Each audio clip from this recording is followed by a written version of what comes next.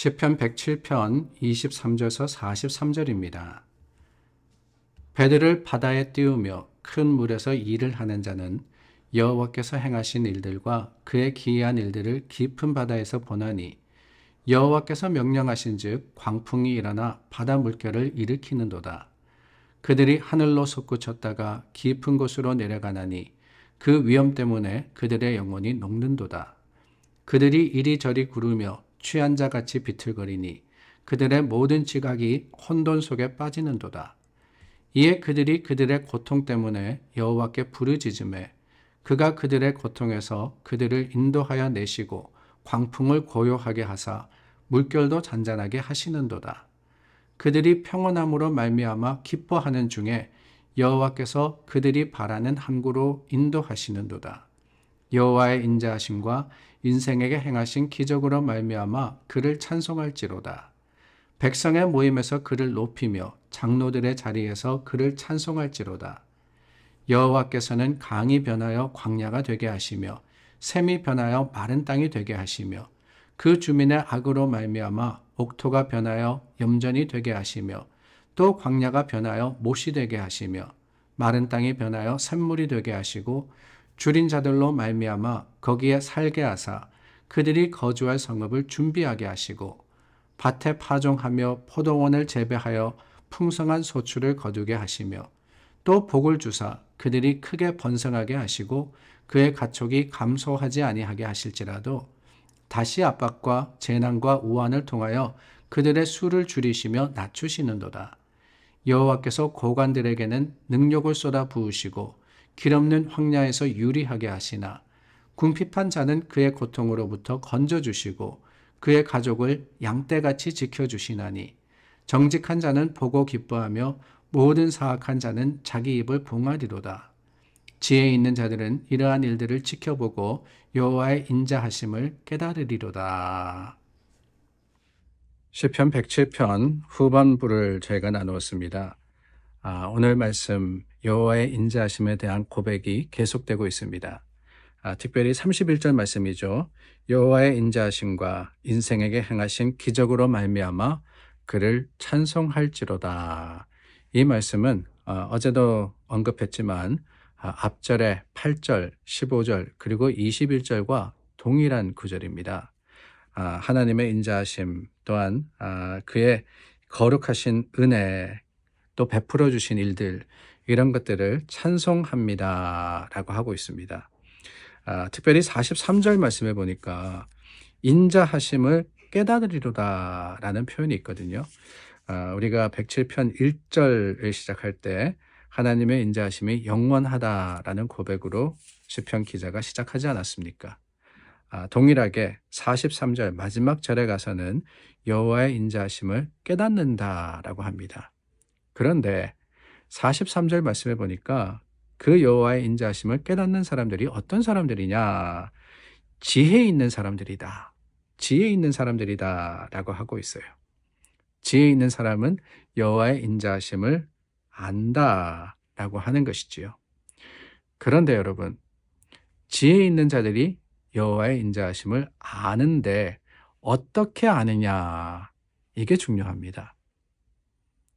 지혜, 그러니까 지식으로 무언가를 깨닫거나 또한 자기가 어떤 일을 공부해서 아는 것, 그게 하나님에 대해서 깨닫는 것이 아니다라고 오늘 말씀은 이야기를 하고 계시는 거예요.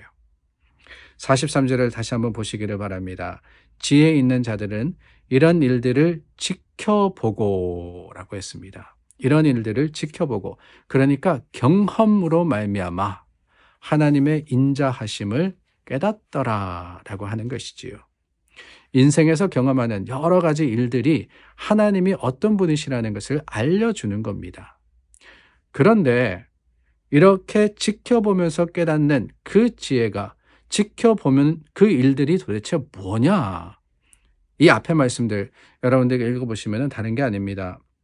하나님은 높이시기도 하고 낮추시기도 하시는 하나님이십니다 라고 고백을 하고 있어요.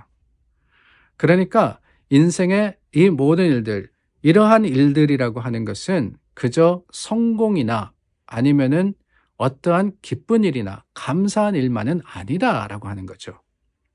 높아질 때도 있지만 낮아질 때도 있다 했습니다. 그러니까 힘들 때도 있고 어려울 때도 있고 고통받을 때도 있고 문제 앞에 놓일 때도 있다는 거예요. 이 모든 일들, 그러니까 잘 되는 것과 못 되는 것, 이 두 가지를 다 통해서 우리는 하나님의 인자하심을 깨닫는다라고 합니다. 이게 왜 중요하냐? 다름이 아니죠. 우리는 하나님 인자하십니다. 하나님 사랑이 많으십니다. 하나님 참 좋으십니다. 라고 할 때 어떤 생각을 먼저 하느냐?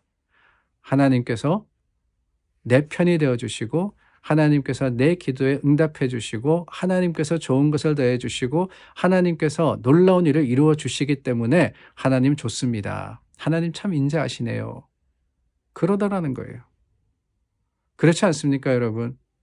누가 나한테 모질게 대하는데 우리가 그 사람을 인자하다라고 하지 않습니다.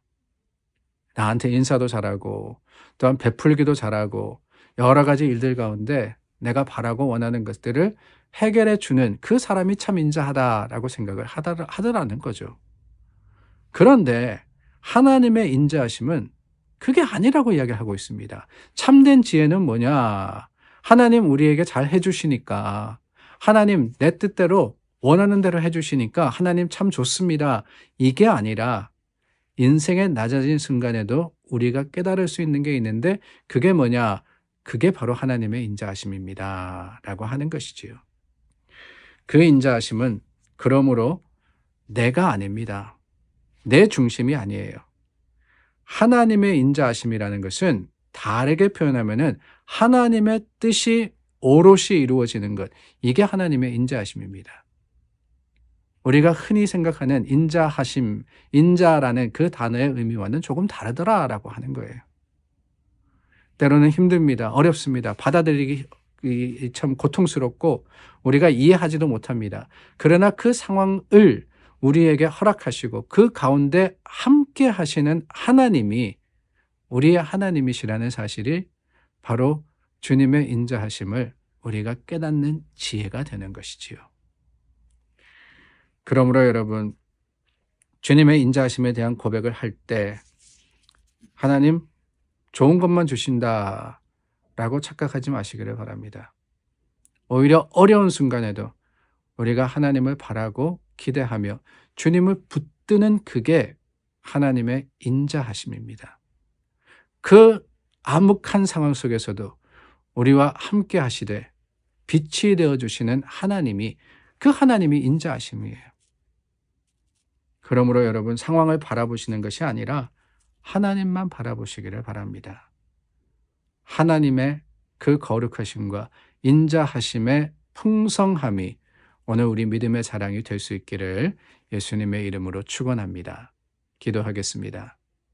참 좋으신 하나님, 하나님의 뜻이 이루어지기를 원합니다. 주님의 거룩하심과 그 긍휼하심이 인자하심의 증거가 되어서 우리 삶을 주장하시기를 바라올 때 예수님의 이름으로 기도드립니다. 아멘. 우리 함께 기도하며 하나님을 찾아 구하는 귀한 하루가 되기를 바랍니다.